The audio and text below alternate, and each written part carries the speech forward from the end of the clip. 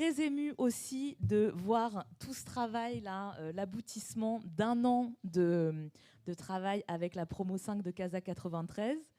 Ça a été assez long parce qu'ils avaient plein de projets. Comment?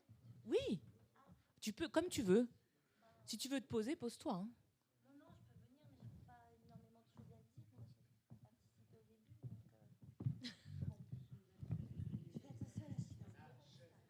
Non, mais l'idée, c'est qu'on puisse, là, ce soit assez interactif. Voilà, donc très ému après cette table ronde de voir Cyrielle, Francine, Maëvis, donc, qui sont 3 des jeunes talents de la promo 5, être là ce soir pour qu'on parle ensemble de ce hors-série. Donc, on ne va pas le projeter parce que du coup, on l'a affiché, voilà, façon chemin de fer. Donc, il est là. Voilà, alors pas encore imprimé puisqu'on lance aujourd'hui les précommandes. Comme vous le savez, alors ça c'est le petit point, on va dire business. Comme vous le savez, l'inflation a touché énormément le secteur de l'impression. Nous, on est une revue complètement print. Pour l'instant, on n'a pas de format digital. On y réfléchit, c'est peut-être quelque chose qui viendra, mais la promesse initiale de notre revue, c'est vraiment le print. Et donc là, on s'est retrouvé à devoir, en 2022, on avait projet de sortir le hors-série et le numéro 4, et les coûts d'impression ont pris 50%. Il y a aussi des gros problèmes de pénurie de papier. Le conflit en Ukraine, forcément, a créé aussi beaucoup de soucis d'approvisionnement, de transport, etc. Donc on se retrouve, nous on a une structure associative, comme Casa 93.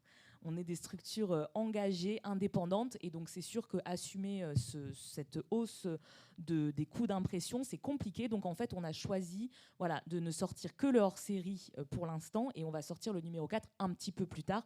Et pour ça, effectivement, on a besoin, alors je sais qu'il y a dans la salle déjà des lecteurs et des lectrices de mail, des abonnés, etc., qui nous soutiennent depuis le début. Mais voilà, on a besoin de faire des précommandes sur ce hors-série. Donc n'hésitez pas à passer le mot, c'est disponible sur le site internet ummade.fr. Voilà, le hors-série, il est à 10 €. Et donc, voilà, il ne nous faut pas non plus énormément de précommandes pour réussir à l'imprimer. Donc, voilà, on compte sur vous. Et donc, c'est un numéro qui va sortir, a priori, d'ici la fin du mois de novembre. Voilà, le temps qu'on finisse les précommandes et puis qu'on lance l'impression. Voilà. Et donc, je suis ravie qu'on puisse partager cette expérience donc, avec vous. Du coup, alors, pour vous résumer, peut-être très rapidement, le hors-série, en fait, ça a été un projet qui a commencé l'année dernière lors du festival Une autre mode est possible, la première édition, à la Cité Fertile, à Pantin. Et en fait, on avait décidé avec Nadine et toute l'équipe pédagogique de Casa 93, donc Yolanda, Blanche, René, qui ne sont pas là, mais que je salue parce qu'ils ont été aussi très importants dans la conduite de ce projet. On avait décidé donc de dédier un module avec la promo 5, donc dédié à la mode responsable. Et l'idée, c'était justement de faire, à l'issue de ce module, de co-créer un hors-série d'Ummade avec les jeunes. Et donc, on s'est dit que le démarrage, ça pouvait être le festival pour que les jeunes s'imprègnent et commencent à explorer en fait la mode responsable que nous on défend, pour ensuite pouvoir livrer dans le hors-série leur vision de la mode responsable. Donc ça a été en octobre dernier, donc les 3 jours de festival auxquels ont activement participé les jeunes. C'était votre week-end d'intégration en plus, c'était vraiment le tout début de la Casa pour vous. Et puis, on a fait ensuite, la semaine qui a suivi, toute une semaine de modules et de travail avec les jeunes. Donc, on a travaillé avec Clarissa et Catherine. Déjà, il y a eu, je me rappelle, une journée où on a vraiment beaucoup débattu pour essayer par rapport à tout ce que vous aviez vu au festival, de voir ce que vous en aviez retiré et du coup, quelle était votre vision, vous, de cette mode responsable, de cette mode libre qu'on défend. Et ensuite, on s'est mis dans un travail plus pratique, à la fois d'écriture, donc avec Francine notamment, qui a écrit une super interview de mode estime, donc travail vraiment journalistique, et puis travail aussi sur les créations textiles, donc que vous voyez là. Toutes ces créations, c'est des créations qui ont été faites par les jeunes dans le cadre du module avec Clarissa. Donc peut-être tu veux dire un petit mot sur les créations, non ? Oui, en fait, j'étais là à 2 reprises dans cette semaine. La première partie, c'était les débriefings. où on s'est croisés, où on a questionné les retours aux sources, parce que c'est un sujet un peu qui s'est réveillé après cette expérience de festival. Donc, ils ont commencé à réfléchir qu'est-ce que c'était pour eux, ces retours aux sources, est-ce que c'était l'artisanat, ou est-ce que c'était aussi un peu les do-it-yourself, la question d'autonomie aussi, si je me souviens bien. Après, on a fait une séance autour d'upcycling, où du coup, ils ont commencé, certains ont collecté des matériaux avec des créateurs de textiles qui étaient au festival. D'autres se sont épuisés dans les réserves des casas pour faire les pièces. Et d'autres ont transformé des pièces. Donc, du coup, on avait parlé un petit peu d'éco-conception, d'upcycling. Et du coup, ils se sont mis très vite au travail parce que là-bas, ils apprennent beaucoup par les faire. D'ailleurs, c'est assez surprenant quand on regarde même les fashion editors parce qu'ils ont été en autonomie. Ils ont fait un travail que je trouve exceptionnel, magnifique, avec une belle direction artistique. Ça a été un peu plus tard, après cette semaine. Donc, nous n'étions pas là, vous étiez vraiment tout seuls. Et pourtant, ça dégage une vraie identité propre à cette promo qu'on a retrouvée aussi dans les défilés. Donc voilà, j'ai des très très beaux souvenirs de cette semaine. Ouais, c'était vraiment une super expérience. Et puis, comme tu le disais très bien, Clarissa, qui s'est prolongée, puisqu'il y a eu donc la semaine de modules où on a débriefé, où on a commencé à écrire. Mais après, Francine, tu vas en parler après. Ben voilà, il a fallu retravailler sur les textes. Ceux qui faisaient des créations textiles ont fini leur création textile. En décembre, il y a eu donc l'édito photo. Vous avez des grands tirages, là, des extraits de l'édito. Donc, vraiment un travail magnifique, aussi bien d'un point de vue de la direction artistique que des tenues, que de l'histoire qui est racontée. Voilà. Et donc ensuite, après ça, je me rappelle qu'on s'est revus pour choisir les photos. Enfin voilà, il y a eu plein d'étapes et finalement, faire une revue, c'est quelque chose qui prend du temps. C'est vrai qu'on prend du temps pour faire Made et le hors-série, il a été à cette image-là aussi. Catherine, je ne sais pas si tu veux, avant qu'on passe la parole, dire un petit mot. Du travail que j'ai fait. J'étais dans la première journée avec Clarissa et Cécile, mais moi j'ai eu le mauvais rôle l'après-midi de leur faire une présentation des impacts de l'industrie, des problématiques de justice sociale, environnementale autour de la mode. Alors bon, ça a été douloureux, je pense, mais c'était intéressant. Et ensuite, j'ai été hyper étonnée par comment dire, leur impulsion,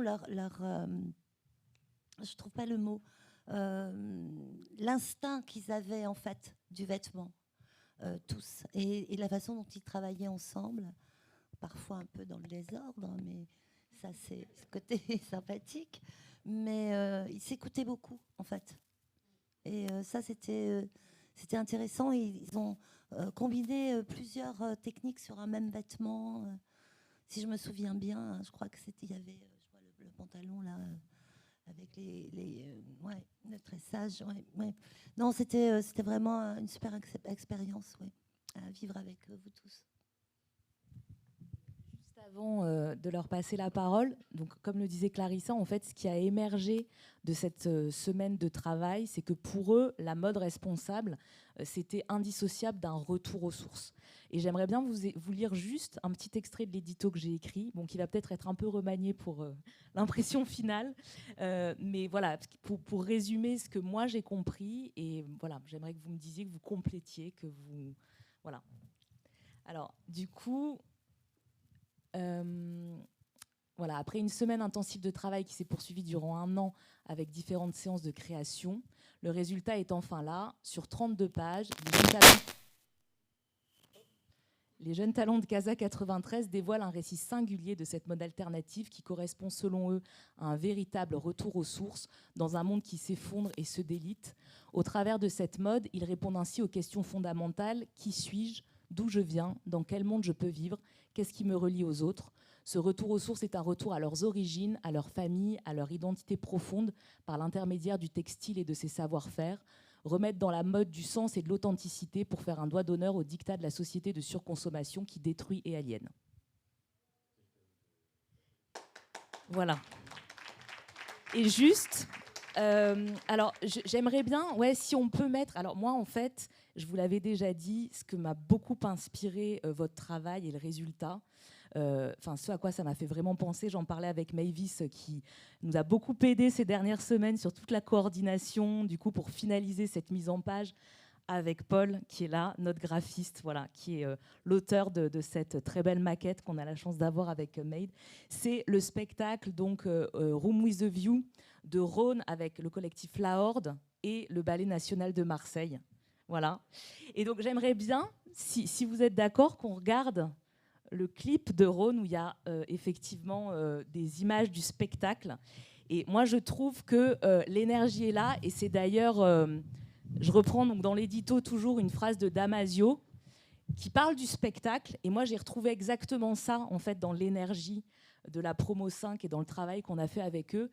Damasio dit, alors il parle du spectacle Room with a View, hein, il ne parle pas du hors-série. Moi, je pense qu'on pourrait appliquer ces mots au hors-série. Il dit, c'est une porte ouverte entre nos deux épaules, une porte qui pousse en soi et qu'on pousse vers les autres, des portes qui ouvrent finalement vers un savoir-être ensemble et un chacun pour tous. Voilà. Et ça, pour moi, ça s'applique vraiment au travail qu'on a fait ensemble. Voilà. Donc, si on peut lancer le clip et baisser la lumière, je ne sais pas si on peut. Ah, on peut. Ah bah si. Voilà.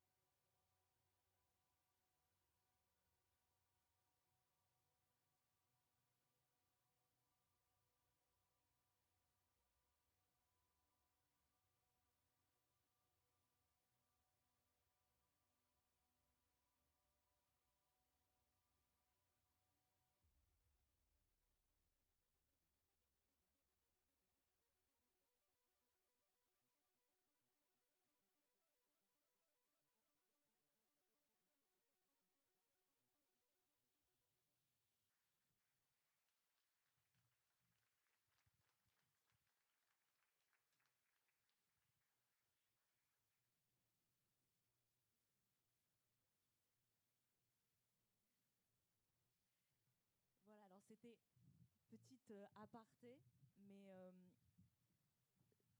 je ne sais pas si vous vous y retrouvez. Bon, en tout cas, je retrouve même des choses du défilé d'hier, sans que ce soit une inspiration directe. Mais voilà, et c'est vrai que moi, j'ai vu le spectacle la semaine juste avant de faire ce module, et le lien, il était assez évident pour moi, même si la plupart d'entre vous ne connaissiez pas forcément le spectacle.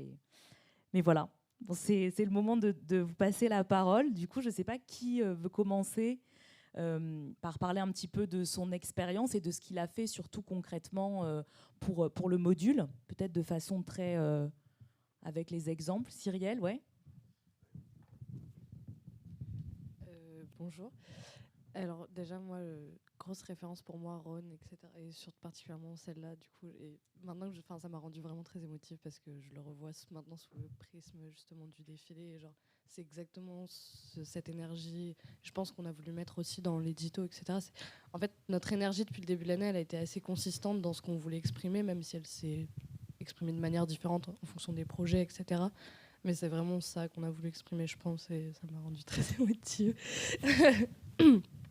Mais je pense que, en fait, c'était le début de l'année, c'est il y a un an, donc ça remonte maintenant et c'est compliqué. Mais en même temps, c'était vraiment le début de ce par quoi on a fini hier.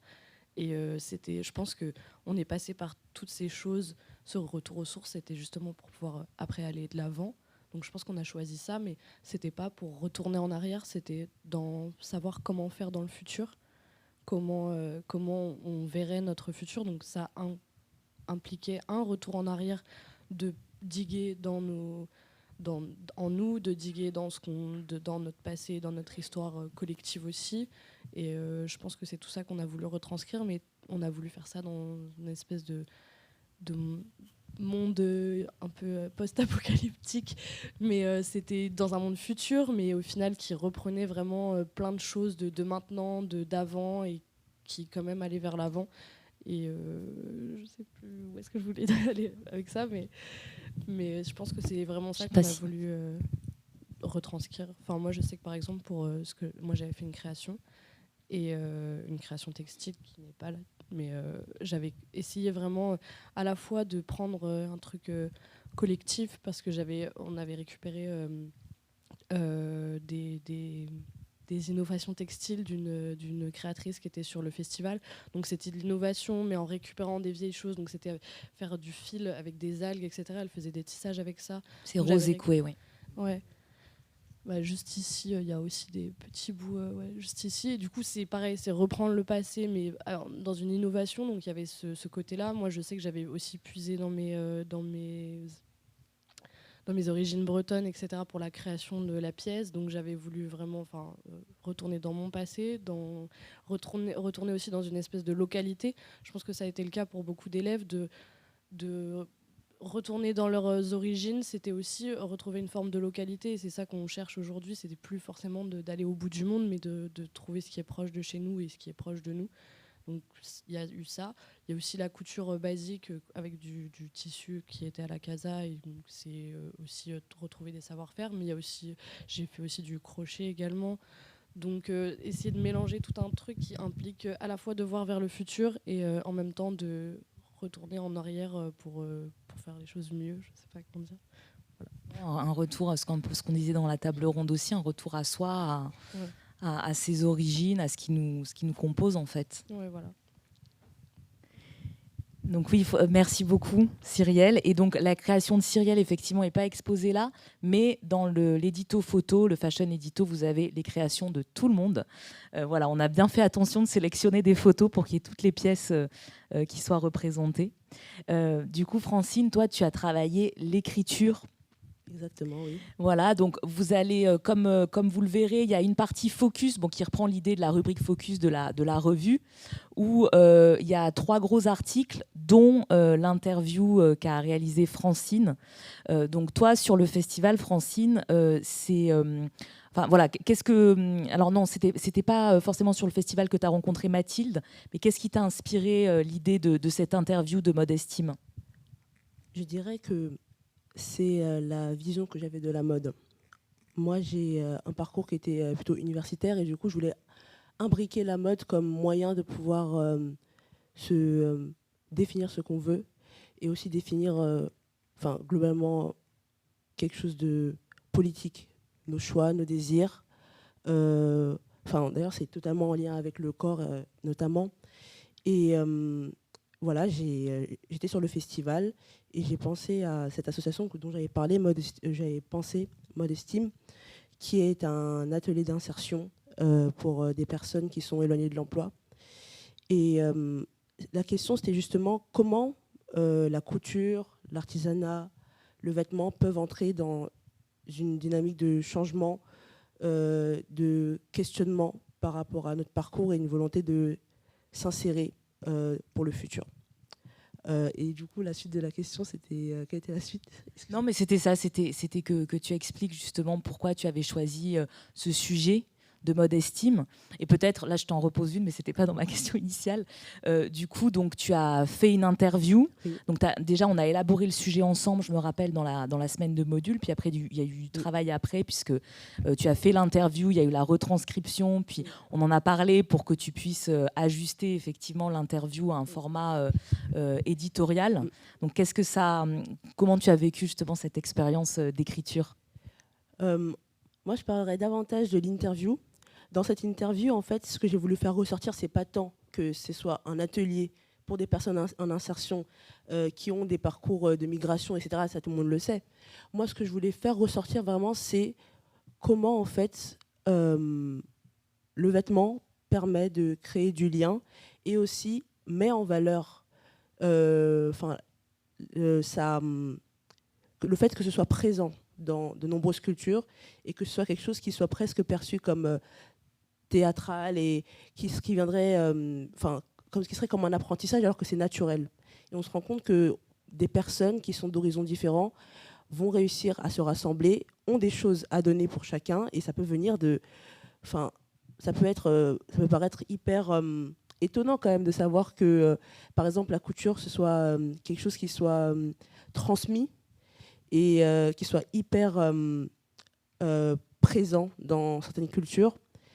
Et finalement, du coup, je dirais que... excusez-moi, je suis un peu fatiguée. Je suis désolée. Pas de problème. Désolée, On sait que vous avez eu des dernières semaines hyper intenses avec le défilé. Il y avait le défilé et tout ça. Mais, mais justement, oui, ce serait un moment de... Non, mais ce serait un moyen de rassemblement, tout simplement, je dirais. Et que ces coordinatrices qui viennent du social, qui viennent pas du tout du milieu de la mode, utilisent le vêtement vraiment comme moyen. C'est pas seulement quelque chose qui est un outil de rêve, comme ce qui est véhiculé par l'industrie de la mode. C'est vraiment un moyen de pouvoir aussi repenser en totalité le système et en incluant dedans des personnes qui peuvent paraître éloignées et qui, en fait, dans cet atelier, démontrent des capacités qui peuvent paraître étonnantes. Et c'est hyper intéressant d'avoir cet axe, au final, de se dire pourquoi c'est intéressant de constituer un atelier de revalorisation de textiles pour, au final, apporter du progrès et y permettre une réinsertion. Voilà. Et voilà, j'ai vraiment tourné mes questions dans l'interview à propos de ça, parce que c'est un détail, un moyen qui permet d'arriver à une fin qui est assez intéressante, je pense, dans ce qu'on peut vivre concernant les discriminations et plein d'autres aspects qui sont réparables. Voilà.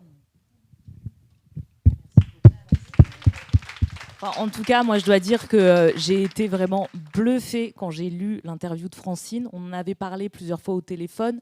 Je t'avais donné quelques conseils, justement, pour reformuler tes questions, parce que Francine avait fait une retranscription totale de l'interview. C'est vraiment un travail de sociologue, ça, pour le coup.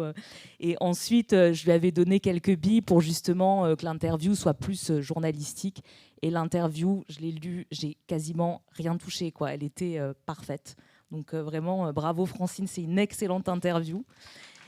Et voilà, j'aimerais bien que tu continues à écrire avec nous. On en reparlera. Et juste, désolée Maëvi, je vais te donner le micro après. Il y a quelque chose aussi qui est hyper important. C'est que c'est sûr que cet atelier, en fait, opportunité de travailler comme maid, elle rentrait bien sûr dans le début de notre parcours à la Casa, donc c'est vrai que on se jetait un peu à l'eau, mais c'est quelque chose qu'on a trouvé aussi dans tous les projets qu'on a fait, quelles que soient les marques avec lesquelles on a travaillé, quel que soit leur champ, que ce soit des marques mainstream ou des marques éthiques ou pour notre collection Carjack. C'est vraiment ce questionnement. C'est pas tant la question du genre, la question des choix, c'est vraiment la question de la place. Et surtout on arrive à un tournant qui est quand même important pour la Casa 93. On a fait le défilé au Palais de Tokyo. C'est un lieu, c'est durant la Fashion Week. Donc ça incarne parfaitement ce système.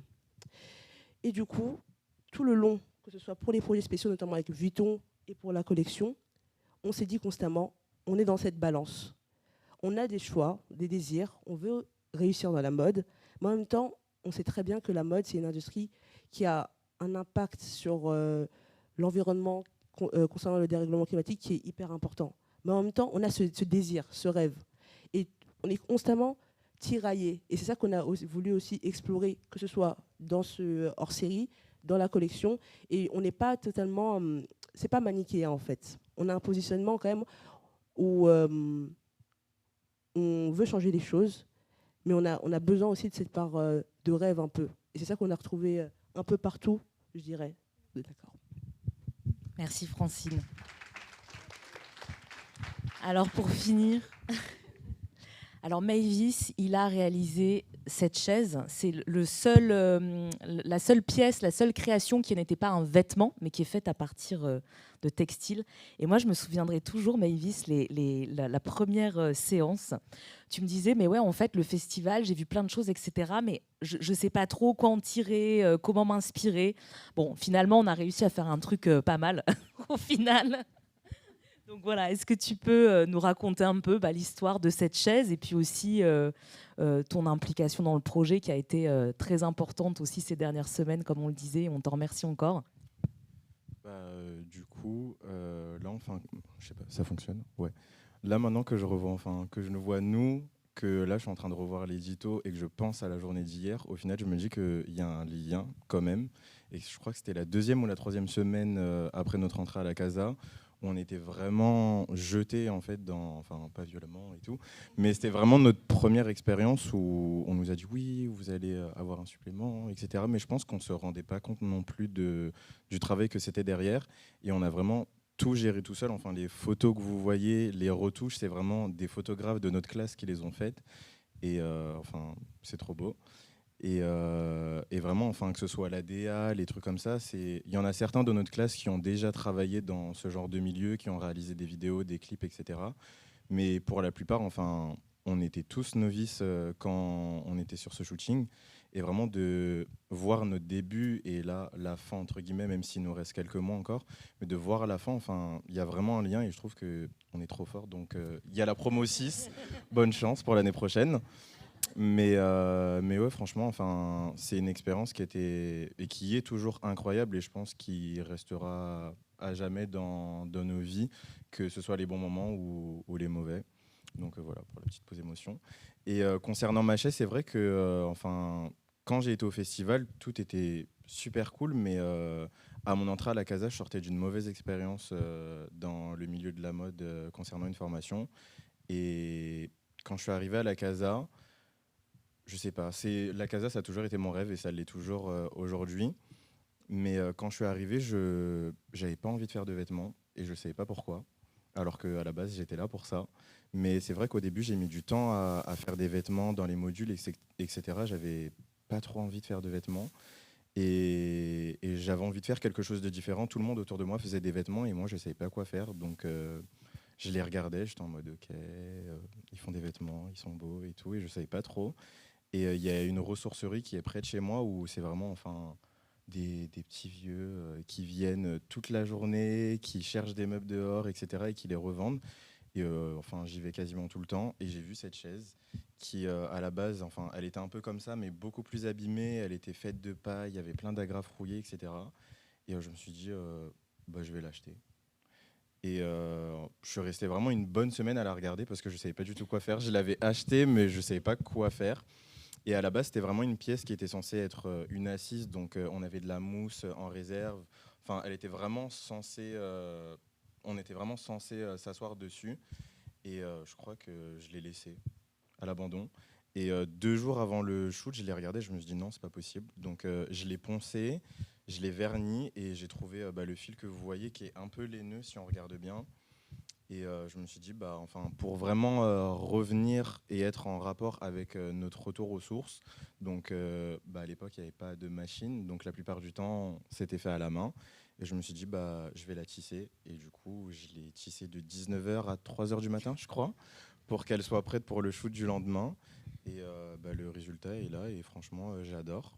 Et je voulais aussi qu'elle fasse partie du décor, tout en n'en faisant pas partie. Et sur la plupart des photos, en vrai, il y a des photos qui n'ont pas été sélectionnées, mais la plupart du temps, sur le shoot, c'était vraiment une personne. Et on la tenait, on disait prenez la chaise, posez-la, etc. Et même là, sur cette photo-là, si on ne le sait pas qu'on a fait la chaise, on pourrait penser juste que c'est une chaise qu'on a trouvée. Et c'est ça que j'aimais bien aussi, de savoir que on l'avait faite, mais en même temps, on aurait pu la trouver comme ça. Donc, je voulais vraiment qu'elle accompagne en fait les tenues et qu'elle soit un peu, je sais pas comment dire, mais important. Vraiment qu'elle soit avec eux. Et il y avait la dernière photo, mais qui a mal tourné. Tous les mannequins, ils étaient autour d'un feu qu'on n'a pas pu allumer parce que il y avait des petites braises. Mais voilà, tout le monde se mangeait de la fumée dans la tête et tout. Donc les photos, elles n'étaient pas tip top, mais sur les photos qu'on a eues, elle faisait partie du groupe en fait. Et c'est ça que je trouvais intéressant dans le fait de confectionner cette chaise. Donc voilà.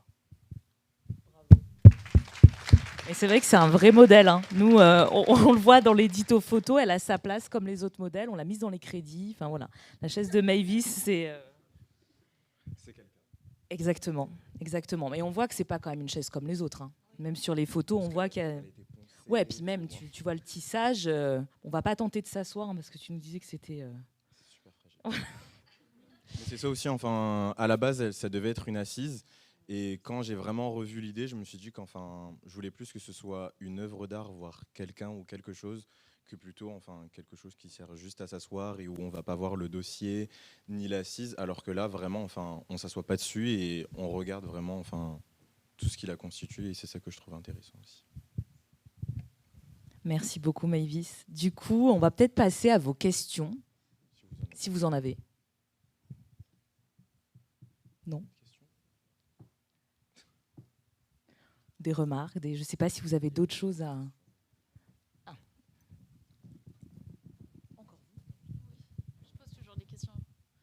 Alors, moi je suis intéressée si vous avez un peu collaboré sur la vision ensemble, en parlant de vos pièces ensemble avant de commencer, ou si c'était vraiment une chose qui s'est découverte au fil de temps, en travaillant côte à côté. C'était spontané ou vraiment... programmé très pointueusement. Je sais pas, j'ai jamais créé un vêtement, donc je sais pas comment ça se fait. Simplement, je suis curieuse. Voilà. Merci. Je vais donner mon point de vue. Si je me souviens bien, il y avait eu plusieurs groupes. On a fait plusieurs groupes où on avait fait un peu des mood boards déjà pour créer l'univers qu'on voulait avoir autour du shooting. Et on avait fait quelques petits groupes. Il y avait le pantalon, il y avait le grills où Charlotte l'a fait toute seule. Moi, j'avais fait ma chaise tout seul.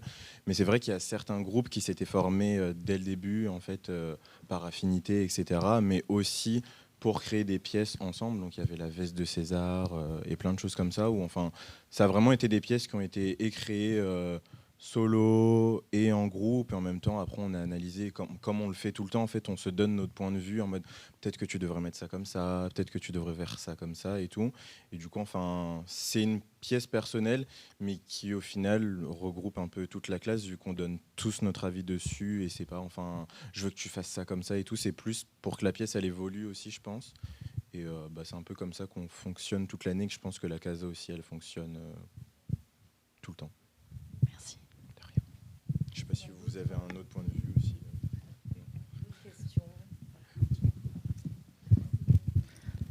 Il faut savoir que de toute manière, même si on essaie d'être toujours de démarrer de manière organisée à la casa, ça finit toujours par ça marche jamais. C'est pour ça que j'ai rigolé, c'est parce que vraiment on a commencé par faire des groupes, mais au final tout se mélange partout. Enfin même pour la collection, on a toujours fait des groupes pour un tel fait ça, un tel fait ci, un tel fait ça, et on se retrouve toujours à faire un peu tout de manière un peu très spontanée, donc très sauvage, et en même temps il y a une énergie qui est folle, mais du coup c'est rarement organisé, mais on essaie quand même. Ouais, surtout on le voit sur le fashion édito. Enfin, c'est vrai que par exemple, Francine, toi tu as fait les coiffures, je crois. Sur c'était Nana.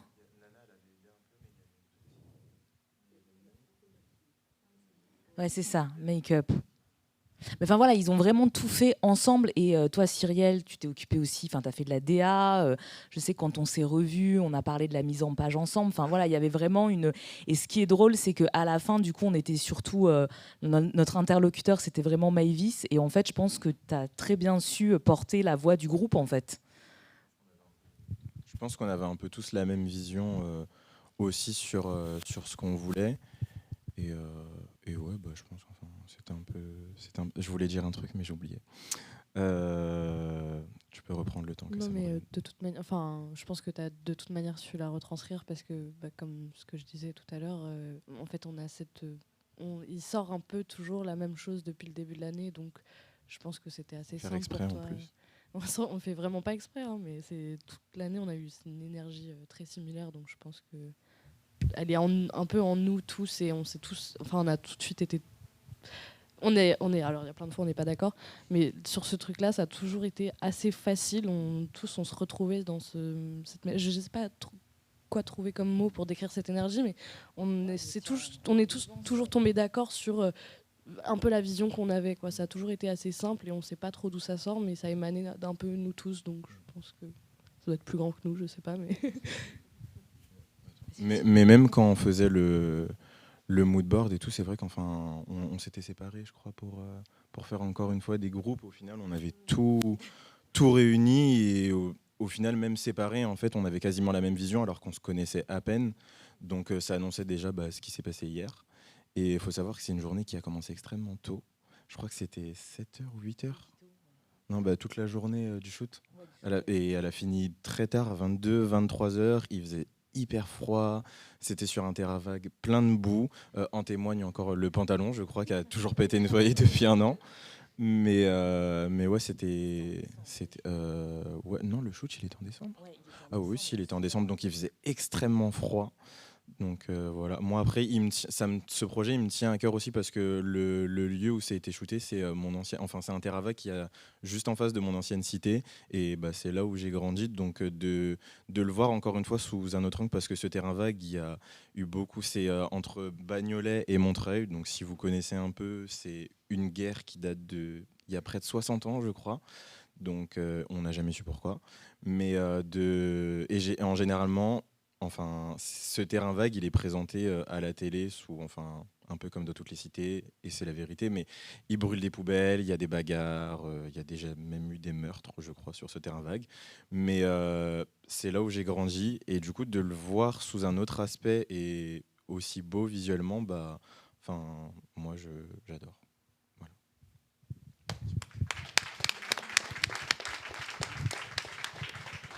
Je vous propose, sauf s'il y a d'autres interventions, mais qu'on continue la discussion autour d'un petit verre, parce que je pense que tout le monde a soif. Un grand merci à tous et toutes. Et puis, voilà, n'oubliez pas de précommander votre exemplaire.